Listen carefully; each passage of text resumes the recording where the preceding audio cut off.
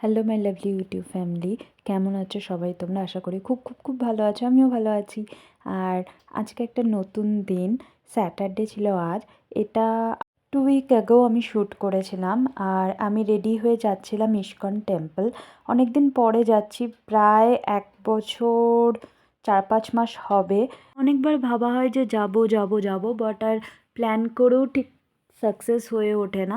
তো আজকে আমি সেরকমভাবে ভাবিনি যে যাব, বাট দেন লাঞ্চের পর ডিসাইড করলাম যে না, আজকে আমি যাবই। অনেক দিন যাওয়া হয়নি, তাই মাকে বললাম চলো।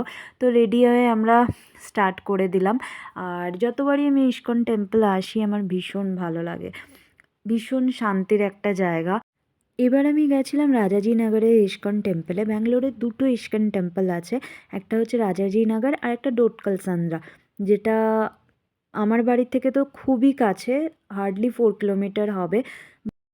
যেহেতু আমার বাড়ি থেকে ওই ইস্কন টেম্পলটা খুবই কাছে হয়, তাই রাজাজি নগরে ইস্কন টেম্পলে আর আসা হয় না। আমার মনে আছে লাস্ট আমি এসেছিলাম 2023-এর মার্চ মাসে।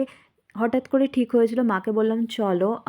তো এইরকমই একটা স্যাটারডে ছিল, সেদিন আমি এসেছিলাম। আমি চেষ্টা করি এমন একটা দিনে আসতে এখানে যেদিন পুরো আমরা নিরামিষ খাই, তো ওই জন্য স্যাটারডেই মোস্টলি আসা হয়। আর আজকের ওয়েদারটা ছিল ভীষণ সুন্দর। ভেবেছিলাম বৃষ্টি হবে, বাট বৃষ্টি হয়নি। দেখো পুরো আকাশ পুরো একদম কালো মেঘ করে এসছে। মেবি হয়তো ইভিনিংয়ে বৃষ্টি হতে পারে বা নাও হতে পারে, বাট আজকের দিনটা সত্যি খুব ভালো ছিল, কারণ একটুও সকাল থেকে বৃষ্টি হয়নি।